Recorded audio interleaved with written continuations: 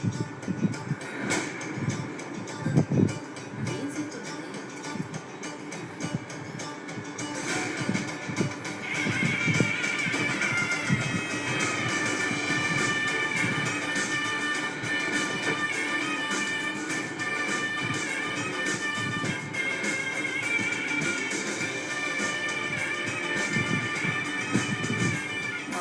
300 తులాలు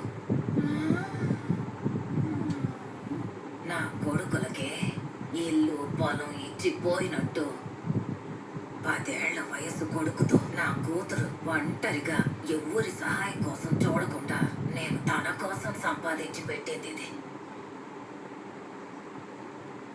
నాకు పెళ్ళైనప్పుడు నేను పుట్టింటి నుంచి తీసుకొచ్చిన ఒకే ఒక్క స్త్రీధనం ఈ పాముల పట్నం.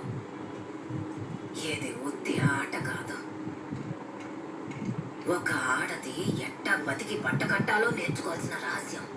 రోజు సంపాదించిన దుడ్డు ఖర్చులకు పోను 5-10 అని కొంచెమైనా జమ చేసి పెట్టినామంటే ఒకరోజు ఊహించని విధంగా ఏదో ఒకటి జరిగి ఉత్తి చేతులతో నిల్చోవలసి వచ్చినప్పుడు అన్ని రోజులు కష్టపడి ఒక్కో పైసా కూడబెట్టుకున్నదంతా ఎవ్వరి సహాయం కోసం ఎదురు చూడకుండా మనకు ఉపయోగపడుతుంది.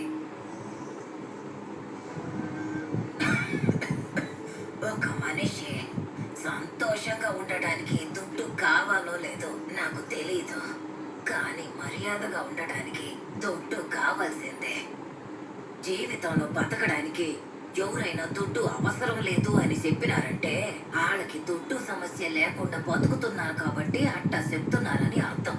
అట్టంటోళ్ళ మాటలిని మీరు కూడా అట్టాగే బతికినారంటే ఎట్టాగే అమ్మ నగలు దాచిపెట్టినదా, అయ్యా అమ్మ సొత్తు ఇవ్వకపోతారా అని పక్క వాళ్ళని అడుక్కుంటూ తిరగాల్సి వస్తుంది. చేసే పనిలో ముందు ఆడదానికి ఎప్పుడైనా స్వతంత్రం కావాలి. అట్టా అది మట్టుకు ఉండదంటే మిగతా స్వేచ్ఛ ఆళ్ళు ఇళ్ళు ఎంత మీకు ఇచ్చేదే.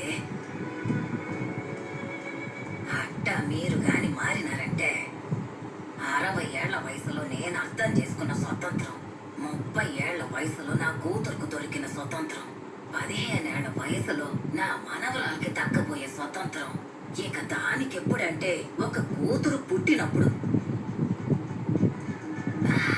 ఈ ఊళ్ళో ఉన్న ముసలోళ్ళ నేనేమి అంతగా కష్టపడి బతికిందాన్నేమి కాదు.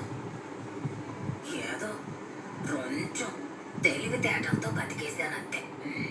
అందువల్లనే ఈ ఊర్లో ఆడదాని పేరు మీద ఉన్న ఒకటే ఇల్లు